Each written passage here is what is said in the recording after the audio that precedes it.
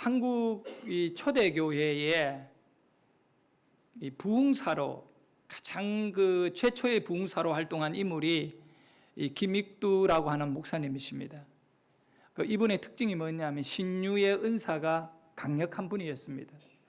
당시만 해도 이렇게 신유의 은사 이런 것이 깨어있지 않을 때인데 이 김익두 목사님은 집회에 가서 죽을 사람들도 안수하고 기도해서 막 고치고 이런 역사가 있으면서 이 김익두 목사님으로 인하여 영적인 그 환경이 한국 교회에 강력해졌다는 겁니다.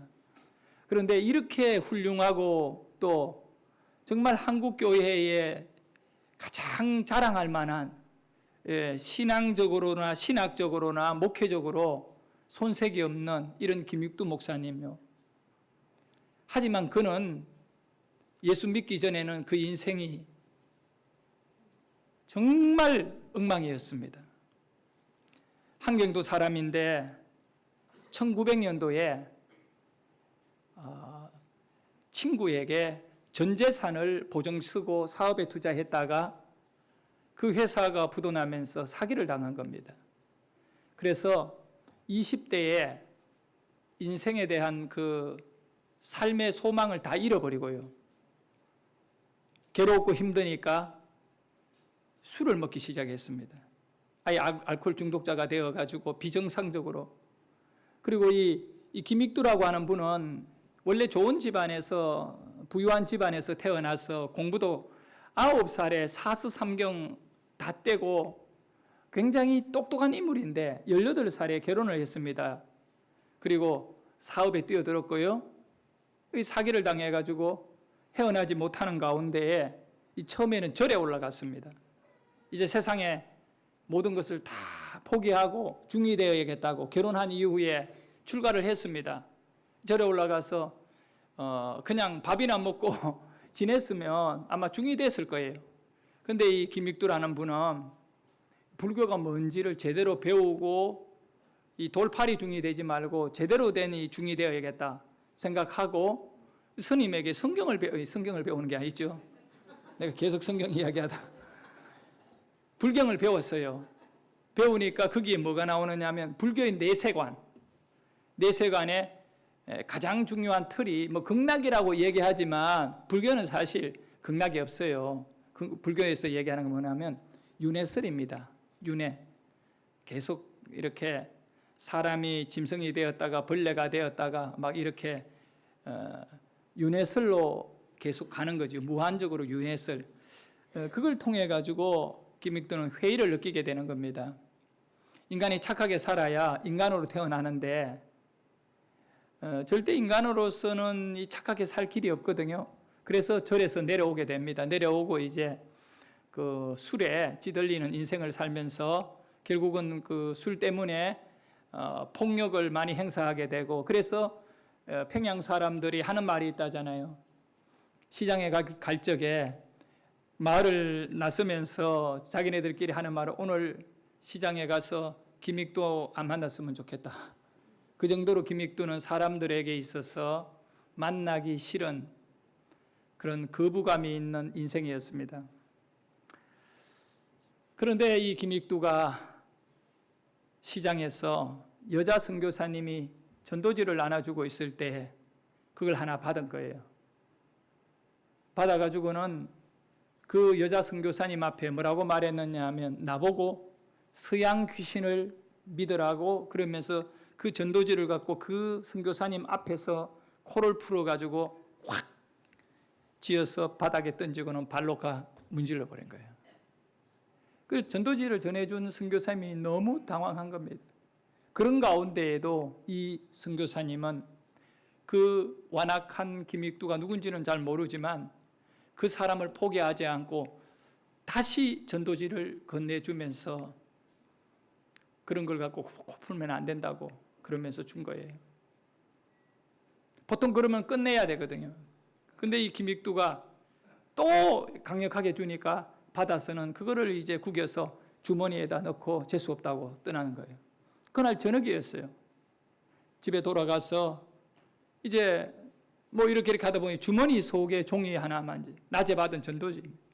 도대체 예수교라고 하는 서양 귀신들은 뭘 적어놓고 있나? 평생 처음 받아본 전도지잖아요. 그걸 내가 읽어보는데 첫 내용이, 긴 내용이 아니에요. 종이 하나에 짧은 내용이 있는데 첫 내용이 인생이란 뭔가? 그게 딱 적혀있는 거예요. 인생이란 뭔가? 어디서 많이 들어본 얘기 같지 않습니까? 모든 종교의 모든 사람들이 한 번쯤은 인생이란 뭔가 이 고민을 하게 되는 거예요. 인생이란 뭔가. 그리고는 그 뒤에 이런 말씀이 있습니다. 인생은 여기에 대한 답이죠. 인생이 뭐냐 이겁니다. 인생은 풀과 같고 라고 말합니다. 인생은 풀이다는 거예요. 인생은 풀과 같고 그 영광, 그래 인생의 영광은 풀의 꽃과 같다고 말합니다. 굉장히 참 이게 독특한 얘기인 거야. 이 사람이 볼 때. 인생이 풀이다는 거예요. 그런데 인생의 잘나고 멋진 모습들 출세하고 이거는 풀에 피어 있는 꽃과 같은데 그 다음 내용에 보니까 듣기가 막힌 거예요. 풀은 시들고 꽃은 떨어지되라고 되어 있습니다. 풀은 뭐 한다고요? 시들어 버린 거예요. 꽃은 어떻게 된다고요? 이게 인생이라는 거예요. 너무 인생이 참 낙심되는 얘기잖아요. 그 다음에 이런 말씀이 풀은 말라버리고 꽃은 떨어지지만 주의 말씀은 세세토록 있도다. 여러분, 주님의 말씀은 세세토록 있다는 거예요. 근데 술꾼이요 깡패였던 이 기믹두, 가정을 다 이제는 포기해버렸던 이 기믹두가 가슴 속에 비수같이 꼽힌 한 단어가 있은 거예요. 이 전도지 속에서. 그 단어가 뭐냐면 자기가 지금까지 절에도 올라가고 인생을 방황하며 살았던 그 질문에 대한 어떤 답을 얻게 하는 것. 세세토록이라고 하는 단어가 가슴에 와닿은 거예요. 이 세세토록이라는 말은 뭐냐면 영원히라고 하는 말이에요. 주의 말씀은 세세토록, 주의 말씀은 영원히 있도다. 아니 이 세상에 영원히 있는 게 뭐가 있단 말이야. 사람도 죽고 국가도 망하기도 하고 다 그런데 영원한 것이 뭐가 있단 말이냐. 이 김익두의 가슴에 영원한 것이 예수교에 있다는 것 자체에 너무너무 궁금한 거예요. 근데 여러분 에스겔서 2장에 보면 2절에 이런 말씀이 있어요. 에스겔에게 하나님이 말씀하시고 영이 그에게 임함이라. 그러니 하나님의 말씀이 임하는 곳에는 하나님의 뭐가 임한다고요? 영이 임한다는 거예요. 그러니까 오늘 설교를 통하여 여러분이 이 하나님의 말씀, 이 야고보서 1장 21절의 설교가 여러분에게 이 선포될 때 단순히 성경 말씀이 여러분에게만 오는 것이 아니에요. 이 말씀과 함께 성령이 여러분에게 임하고 있거든요. 그래서 성령이 여러분에게 이 말씀을 깨닫게 하셔야 돼요. 그 성령이 여러분에게 일할 적에 이 말씀은 치료가 일어나는 거예요. 우리에게 변화가 일어난다는 거예요. 비록 예수를 믿지는 않았지만 이제 이 전도지를 통하여 하나님의 말씀이 기믹두라고 하는 이 강팍한 심령 가운데 파고들기 시작한 거예요. 세세토록. 그날 저녁에 잠을 자려고 눈을 감았는데 잠이 안 오고 머릿속에 계속 영원히라고 하는 이 세세토록이 자꾸 생겨요. 밤이 새고 아침이 되었는데 아침상을 받아가지고 밥을 먹는데에도 세세토록. 이제 아침 먹고 술 먹고 또 이렇게 살아야 되는데 그날은 술이 생각이 안 나요. 세세토록 영원한 것이 있다. 영원한. 끙끙대면서 집을 나가지도 못하고 나가서 사람과 막 싸움질하고 이렇게 해야 되는데 그런 것이 다 의미가 없어져 버린 거예요. 술도 먹지도 않아요. 그렇게 한 2, 3일을 집안에 있는데 그 가까이에 박태환이라고 하는 예수 믿는 친구가 있는데 이 박태환이라는 사람도 뭐 예수 믿은 지가 오래는 안 되지요. 이제 막 선교사님들이 들어와가지고. 그런데 이 박태환이라는 사람이 그날 김익두라고 하는 이 사람 집에 찾아온 거야. 찾아와 가지고 김육두에게 얘기합니다. 내가 나가는 교회에 부흥회가 있는데 아주 이름 있고 아주 말씀 잘 전하는 그 부흥사가 아니 이 설교하시는 분이 있는데 한번 가보자고, 우리 부흥회 가자고. 그 이전에 같으면 이 김익두가 막 화를 벌컥 내고 막 그랬을 건데, 욕을 하고 했을 건데, 그날은 언젠데라고 물은 거야. 오늘이다. 그래 같이 둘이 그 자리에서 일어나가지고 교회로 간대. 서왈렌 선교사님, 한국 초대 교회의 유명한 선교사님이에요. 서왈렌 선교사님이 이 설교를 하신 거예요. 그날은 남자 부흥회였어요. 여자들은 들어오지도 않고 남자들만 하고, 또 남자 부흥회가 끝나면 여자 부흥회도 하고, 이렇게 남녀 유별이라 해서 같이 이렇게 예배도 못 드리던 때예요. 남자들이 모여가지고 이제 서왈렌 선교사님의 설교를 듣는데, 김익두도 저 뒤에 앉아가지고 무슨 얘기를 하나, 도대체 예수교는 세세토록 영원한 말씀이 있다고 하는데 그런 게 어디 있단 말이냐. 그리고 뒤에 앉아가 쳐다보는데 설교를 듣다가 가슴 속에 불이 일어나기 시작하는 겁니다. 하나님께서 이 김익두의 마음 속에 불을 던진 거예요. 그 의자 없잖아요. 그 마룻바닥이다. 거기서 기 나와가 앞쪽 강당 앞에 엎드려가 통곡을 하며 우는 것입니다. 뭐라고 울었냐면 내가 죄인입니다라고 울었는 거예요. 아니, 평생에 처음 교회에 나와가 자기가 죄인이라고 신앙 고백을 해버리는 거예요. 얼마나 울고 부들부들 때 덩치는 또 소만한 사람인데 강단 앞에서 부들부들 떨면서 내가 죄인이야. 그러니까 부흥에 왔던 사람들이 전부 다 놀란 거야. 부흥 강사인 서왈렌 선교사님은 누군지 잘 모르지만 앞에서 울고 있는 김익두는 누군지를 다 아는 거거든요. 저 술꾼이요, 깡패요, 저 사람 안 만나는 것이 그날 운 좋은 날인데 오늘 교회에 와가 저렇게 울고 있으니 쟤 술 먹고 나와가지고 뭐 하나 하는 오해할 정도로. 그래서 정교인들이 긴장하고요.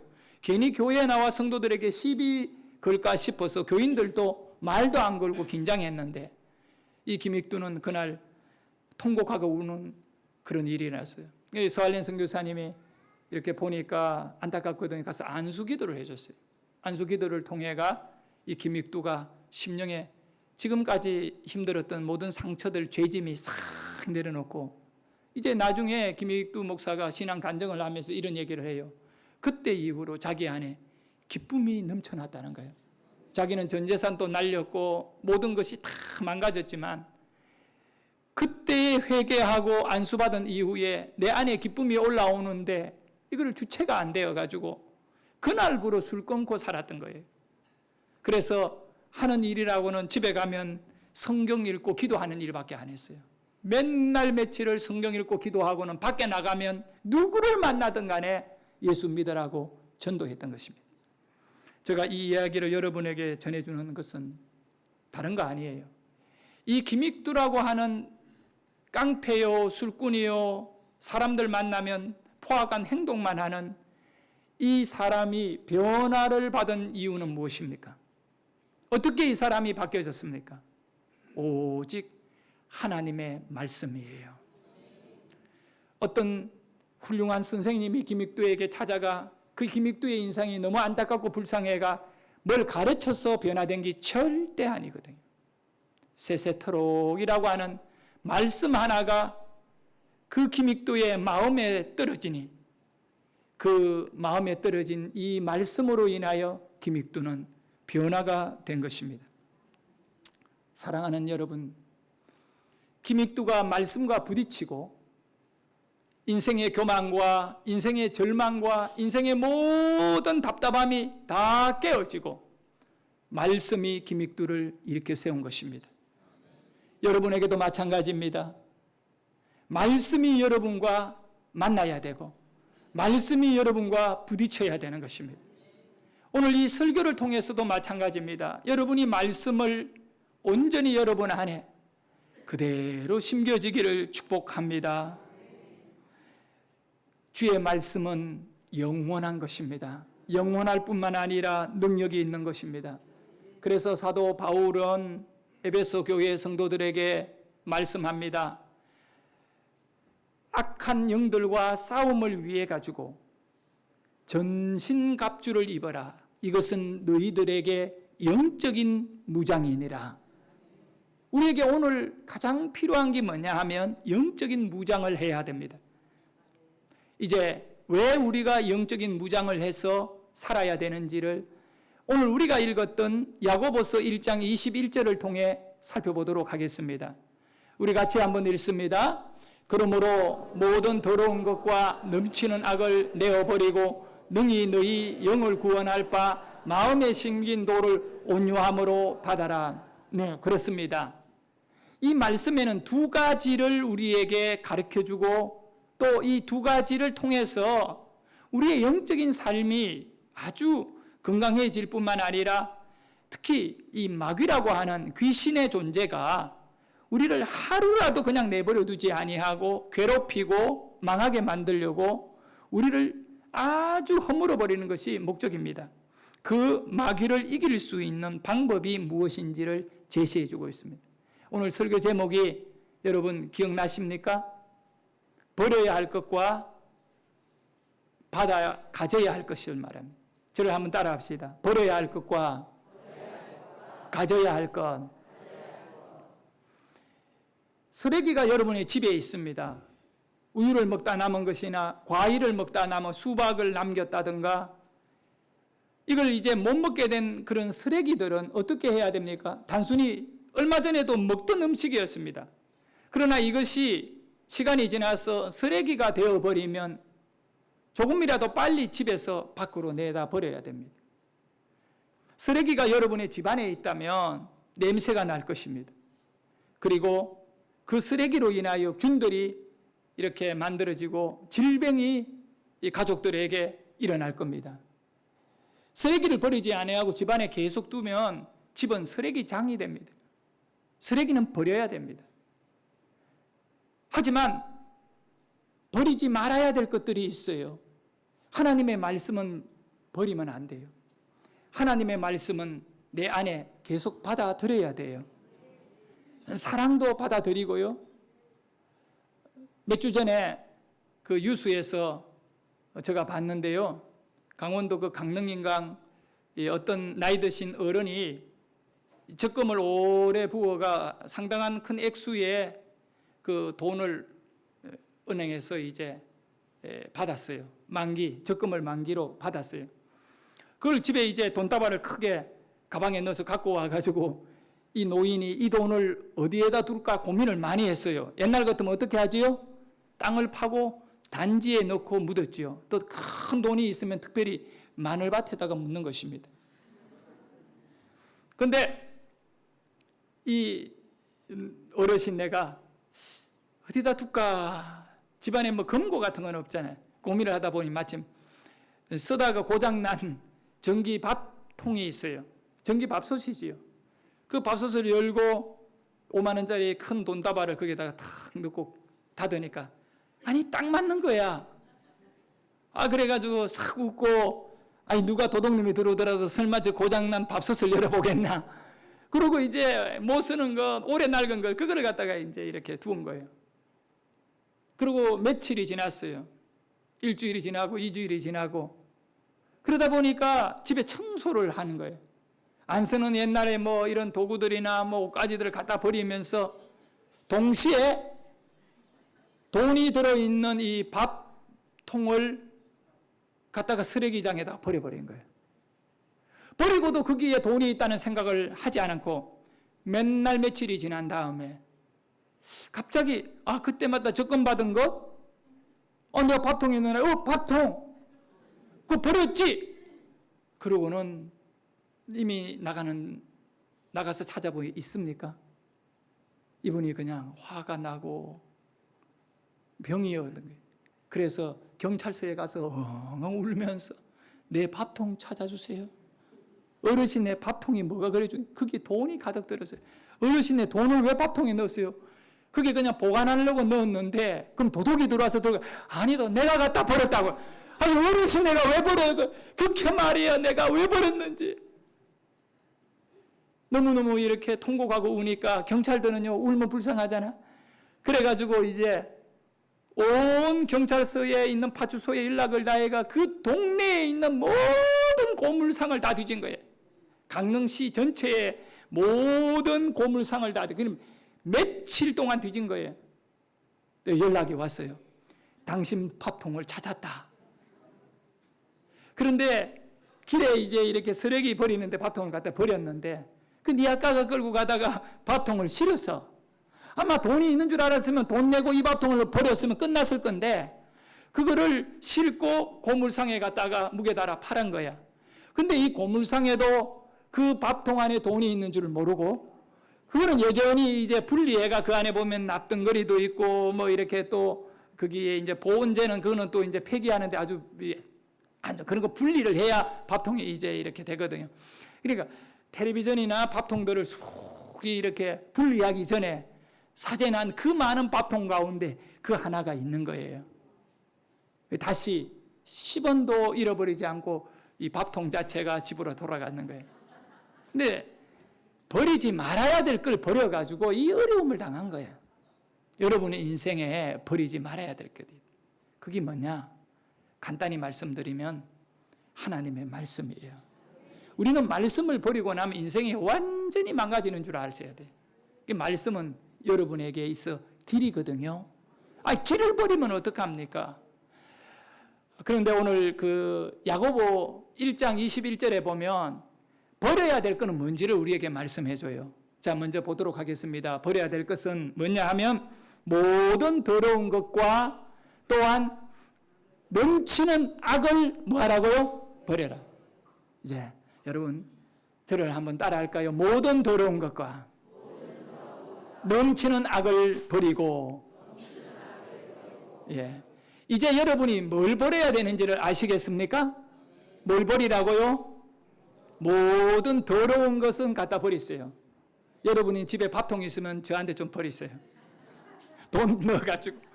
근데 그런 거는 버리면 안 된다고. 여러분 뭘 버려야 된다고 합니까? 모든 더러운 것과 또 넘치는 악.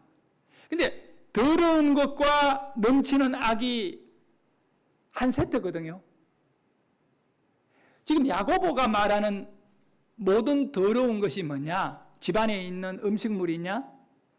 아니면 안 좋은 그런 뭐 예를 들어가 쥐가 죽어 있는데 그 더러운 거잖아요. 그거를 그냥 안 버리고 둘 거예요? 버려야지요. 예? 이런 얘기 하기가 좀 그렇습니다만은 우리 사택에 계속해서 밤마다 이상한 소리가 나요. 우리 예리가 나보고 아빠 우리 집에 짐승이 한 마리 있는 것 같아. 그게 스승생이라 합니까? 쥐가 있는 거예요. 근데 문제는 천정에서 왔더리 갔더리 하면서 얘가 살다가 죽으면 뭐 해야 됩니까? 냄새가 나잖아요. 기도를 제가 했어요. 하나님 우리 집에서 쥐를 좀 내보내 주세요.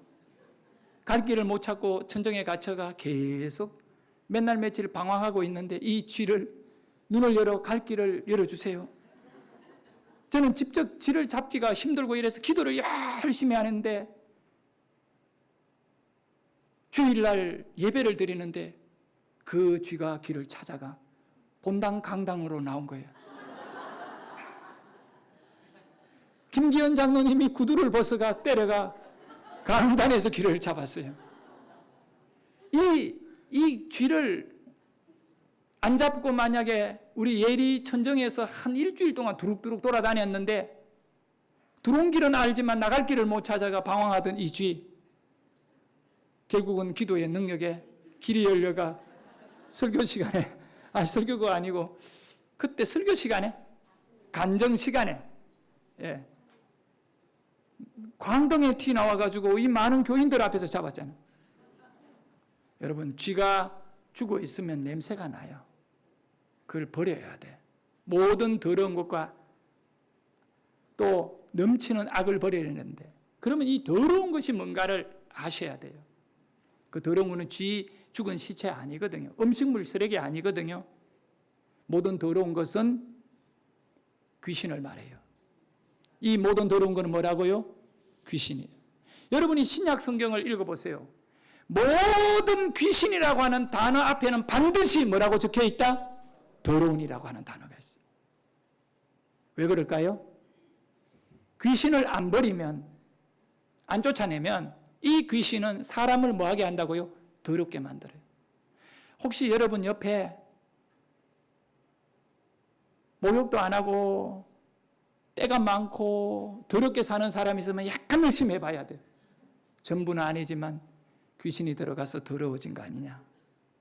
귀신이 들어가면요 안 씻어요. 한 달도 1년도 안 씻어요. 그리고 이 귀신의 역사는 악한 것으로 바뀌어지기 시작해요. 아주 포악해져요. 이 귀신이 악하니까. 이게 사람이 문제가 아니라 그 더러운 것 안 버렸기 때문에 이 더러워지고 악해진다는 걸 아셔야 돼요. 지금 야고보는 우리에게 말씀합니다. 모든 더러운 것과 악한 것을 내어 뭐하고? 버리세요. 자, 버려야 되는데 여러분들 버릴 힘이 있나요, 없나요? 버리고 싶지. 그게 그래 잘 버려지나? 버려지지를 않아요. 버리기는 버려야 되는데 쉽지가 않아요. 그 방법을 야고보는 우리에게 말씀해 줘요. 이 귀신은 어떻게 버릴 수 있느냐? 뒤쪽에 있는 말씀이에요. 능히 너희 영을 구원할 바 마음에 심긴 도를 온유함으로 받아라. 그러니까 능이라고 하는 말은 거뜬이라고 하는 말과 똑같잖아요. 아주 넉넉하게 너희 영을 구원할 바 마음에 심긴 도. 그러니까 구원은 어떻게 이루어지느냐? 하나님의 말씀을 도라고 합니다. 구원의 도. 너희 마음에 심겨진 구원의 도. 하나님의 말씀이 너희 마음에 심긴 바라고 말합니다. 그러니까 여러분의 마음에 말씀이 심겨지며 여러분의 마음과 삶에서 귀신이 떠나가게 된다. 그러니 이 귀신을 버려야 된다. 귀신이 떠나가면 악한 행동을 하지 않게 된다. 그러니까 모든 더러운 이 귀신의 역사들, 귀신이 들어가면 말이 더러워요. 욕을 하게 하고 막 거짓말하고 전부 그런 거예요. 더러운 말을 해요. 귀신이 들어가면요 썩은 음식을 먹어요. 더럽고 악하게 돼요. 뿐만 아니라 해를 입게 하니까 악한 거지요. 이런 것은 다른 방법으로 치료해서 안 돼요. 구원의 도가 마음에 심겨지면 이 귀신은 못 견뎌요. 귀신은 보따리 사고 나가게 된다니까. 그러므로 여러분, 이 김익두라고 하는 사람이 그렇게 포악하고 인생 쓰레기같이 살았는데 그 마음에 말씀이 들어가니까 이 사람이 변화가 되는 것입니다. 이 사람이 치료가 되는 것이죠. 이 사람이 악한 사람이었지만 말씀이 들어가니까 유익한 사람이 된 것입니다. 집에서 기도하고 말씀 읽고 나가서 전도하고. 이 김익두라는 분이 1900년에 이렇게 예수 처음 믿었는데 그때 나이가 26살인가 7살에 예수를 믿었어요. 그런데 그해 3월 달에 1900년 3월에 예수 믿고 7월 달에 세례를 받습니다. 그리고 그 다음 1901년에 선천교회에 전도사로 부임을 해요. 와, 1년 만에 전도사가 돼요. 초고속 영적 성장이 이루어진 거예요.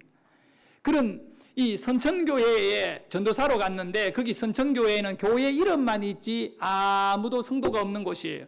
초대교회에 이제 그냥 선교사님이 교회를 집을 하나 빌려놓고 거기에다가 집 앞에다가 선천교회 이름 붙여놓고 김익두 보고 네가 여기 전도사하고 사람들 모아가 구원시켜. 그러니까 뭐 시키는 대로 순종해서 아멘하고 겸손한 마음으로 목회를 시작했는데 딱 3년이 지났어요.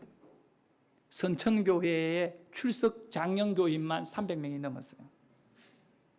한 사람이 제대로 변화되니까 구원의 역사가 강력하게 일어나는 거예요. 3년 전만 해도 술독은 지고는 못 가지만 먹고 갈 사람이 이제 변화되어 영혼을 살리는 일에 그렇게 쓰입니다. 그래가 평양신학교에 들어가서 평양신학교를 졸업하고 장로교단의 목사가 되어 신유집회를 다니고 교회 부흥을 일으키는데 얼마나 크게 쓰임을 받았는지 몰라요. 사랑하는 여러분, 망한 인생도 그 마음에 말씀이 들어가면 그 사람의 인생에 변화가 일어납니다. 그런데 한 가지, 말씀이 우리에게 들어갈 적에는 어떤 일이 일어나느냐? 충돌이 일어나는 거예요. 충돌이 일어난다니까. 그 충돌에서 내가 깨어져야지 이 말씀이 나를 지배하게 돼요. 내가 살아서 이 말씀을 무시하고 이 말씀을 내가 이겨내면 안 돼요.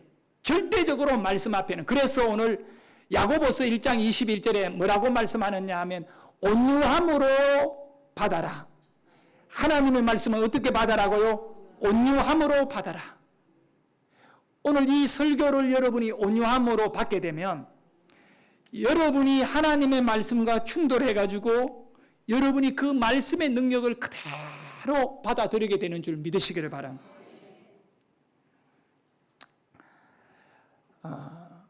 이 겸손함, 온유함은 겸손하다는 단어와 똑같은 바로 헬라말 프라이테스라고 하는 단어예요. 온유라는 말이 뭐와 같다고요? 겸손이에요. 말씀을 읽고 듣고 배울 적에 여러분에게 필요한 것은 겸손함이에요. 지식이 아니에요. 얼마나 똑똑하냐 이것이 중요하지 않아요. 여러분에게는 겸손함이 필요하다고. 아주 겸손하게 이 말씀을 받아들이게 되면 그 말씀이 여러분을 치료할 것이고 구원할 것이고 변화시켜 줄 것이고 길이 없는 곳에 이 말씀이 길을 만들어 줄 것입니다. 그래서 야고보 4장 6절에서는 이렇게 말씀하고 있어요. 그러나 더욱 큰 은혜를 주시나니, 더 큰 은혜를 준대요. 그러므로 일렀으되 하나님이 교만한 자를 뭐하고 물리치고 겸손한 자에게 은혜를 주신다. 여러분, 예배를 드리고 은혜 못 받고 돌아가는 사람의 특징이 뭔지 아세요? 하나님의 말씀과 부딪히기는 부딪히는데 자기가 말씀을 이겨버리는 거예요. 그런 일이 왜 일어났냐면 교만해서 그래요. 하나님은 교만한 사람은 물리치는 거예요. 지금 하나님을 받아야 되는데 여러분이 교만해가지고 하나님이 여러분에게 들어가지를 못해요. 물리친다니까요. 그러나 하나님은 겸손한 자를 은혜 주시는 거예요. 여러분 더 큰 은혜 받으시기를 주의 이름으로 축원합니다. 더 겸손해질 때 더 큰 은혜를 받는 것입니다. 이 겸손이라는 온유함으로 말씀을 받아라. 겸손하게 두렵과 떨림으로 말씀을 받게 되실 때 그 말씀이 여러분의 인생에 힘이 되고 치료가 되는 것입니다. 여러분께서 여러분 안에 있는 더러운 것들을 내보내는 일에 여러분이 할 수 있는 일이 뭐가 있는가? 저는 볼 때 아무것도 없다고 봅니다. 아무것도 없어요. 인정해야 돼요. 내가 뭘 해가 아니에요. 내가라고 하는 말이 들어가면 절대 안 돼요. 여러분 이 말씀 하나 볼까요? 레위기서 11장 45절에 보면 이런 말씀이 있어요. 이스라엘 백성을 가리켜 가지고 하나님이 뭐라고? 나는 너희의 하나님이 되려고. 이제 하나님이 이스라엘 백성의 하나님이 되려고 너희를 애굽 땅에서 인도하여 낸 여호와라. 그러니까 하나님이 누구냐? 애굽에 노예된 자들을 인도해서 가나안 땅에 자유인을 만들어주는 그 하나님이라. 그 다음에 내가 거룩하니 너희도 거룩할지어다. 그러니까 하나님은 어떤 분이라는 거죠? 거룩하다는 거예요. 내가 거룩하니 너희도 거룩을 해야 된다. 거룩하셔야 됩니다. 아셨지요? 네. 우리 이재훈 장로님, 하나님이 거룩하니까 장로님 어떻게 하셔야 된다고요? 거룩해야, 겸손하지 말고 거룩하셔. 근데 우리 장로님 거룩하고 싶으니까 거룩이 됩니까? 안 됩니까? 잘 안 되지요. 그럴 줄 알았습니다. 왜냐하면 저도 잘 안 되거든요. 여러분, 하나님이 거룩하시기 때문에 여러분 거룩해야 돼요. 이제 오늘부로 거룩하시기를 바래요. 자, 이러고 집에 가면 돼요, 안 돼요? 안 돼요. 속은 거예요. 지식으로만 믿었거든요. 지식의 믿음은 능력이 없어요. 하나님이 거룩하니까 나도 거룩해야 되겠다. 그리고 여러분 거룩해졌습니까? 안 된다고. 여기 속지 마세요. 그렇게 우리가 살아오다 보니 능력이 없는 것이에요. 이 악한 더러운 귀신이 안 나가고 악한 것을 계속 우리에게 드러내면서 우리를 거룩하지 못하도록 매일매일 만들어요. 그래서 예수님이 우리에게 기도를 가르치면서 매일 일어나는 시험을 이기도록 기도해라 하잖아요. 항상 이 귀신이 여러분을 더럽게 만들려고 쓰레기들을 여러분의 생각에 던져 넣어주거든요. 그런데 여러분의 생각은 그걸 덥석 받아들인다는 거예요. 그럼 어떻게 해야 됩니까? 그래서 이 레위기 11장 45절의 말씀 앞쪽 내용을 잘 봐야 돼요. 나는 너희의 하나님이 되려고, 하나님이 나의 하나님이 되어버린 사람은 자동적으로 이제 거룩해지는데 어떤 과정이 있냐면 너희를 애굽에서 인도하여 낸 여호와다는 겁니다. 그러니까 우리의 하나님은 어떤 하나님이요? 애굽에서 우리를 애굽이 어디냐? 죄의 도가니입니다. 그러니까 여러분이 애굽이라는 것은 불신앙의 삶을 말해요. 기믹두라는 사람을 제가 얘기했는데 기믹두가 술 먹고 깡패짓하고 사람 괴롭히고 때리고 싸움하고 노름하고 이렇게 살아가는 것은 애굽이에요. 이 애굽에서 인도하여 낸 자가 그 마을의 착한 사람입니까? 아니잖아요. 누군가요? 하나님이시거든요. 하나님이 이 기믹두라는 사람을 변화시킨 거예요. 지금 그 얘기를 하는 겁니다. 너희를 애굽에서 인도내낸 여호와라.